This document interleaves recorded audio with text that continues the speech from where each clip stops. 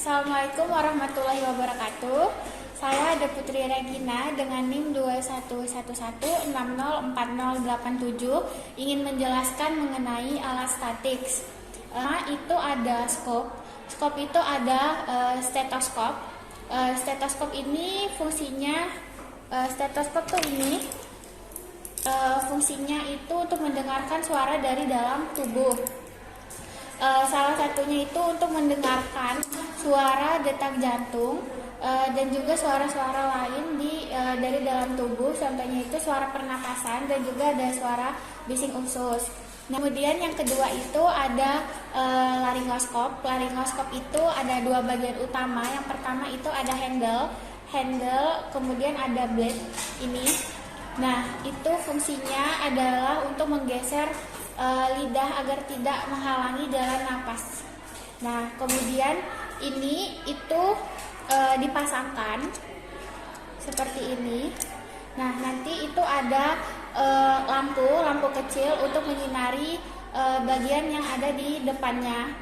Tube itu ada ETT atau endotrakeal. Jadi ini bedahnya. Nah, jadi ini itu fungsinya untuk memasukkan pipa jalan napas buatan ke dalam trakea melalui mulut.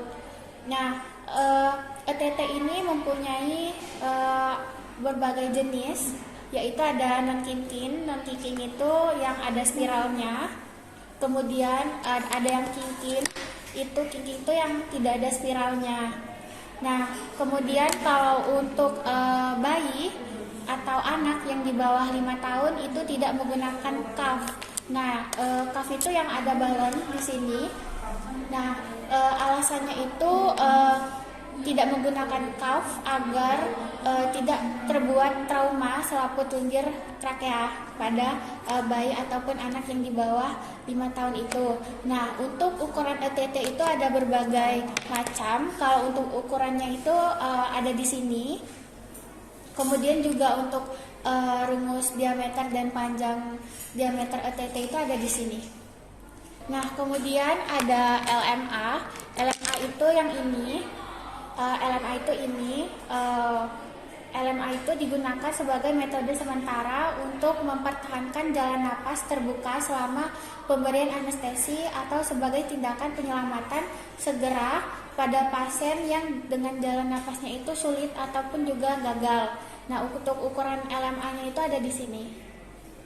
Kemudian itu ada A atau airway.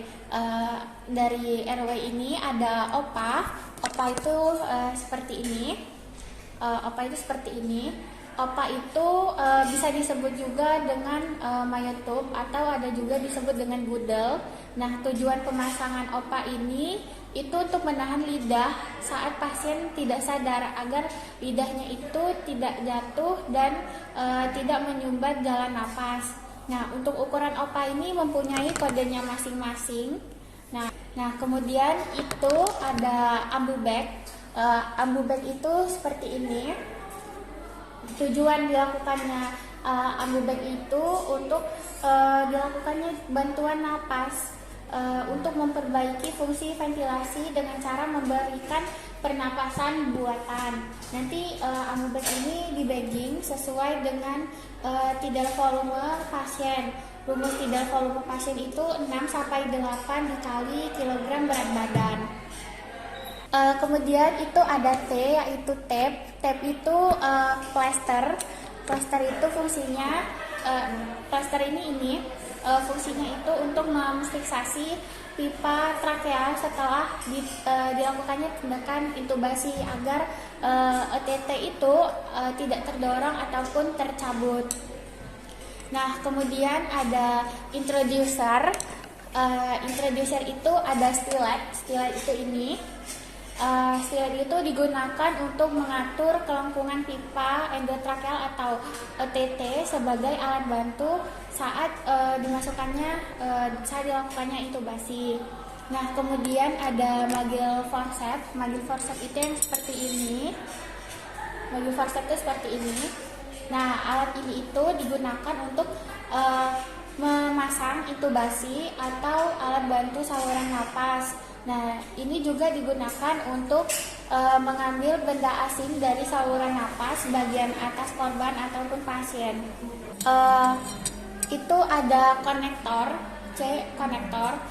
Konektor ini adalah penghubung antara mesin anestesi dengan sukup muka atau juga dengan penghubung lainnya. Nah, alat konektornya itu seperti ini.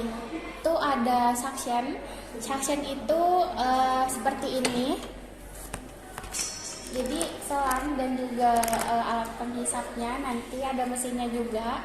Nah, itu suction ini tuh adalah tindakan untuk mempertahankan jalan nafas sehingga terjadinya pertukaran gas yang adekuat dengan cara dia ini mengeluarkan sekret pada pasien yang tidak mampu mengeluarkan sekretnya sendiri. Oke, baik, itu saja perkenalan mengenai alat-alat anestesi, yaitu alat-alat statik.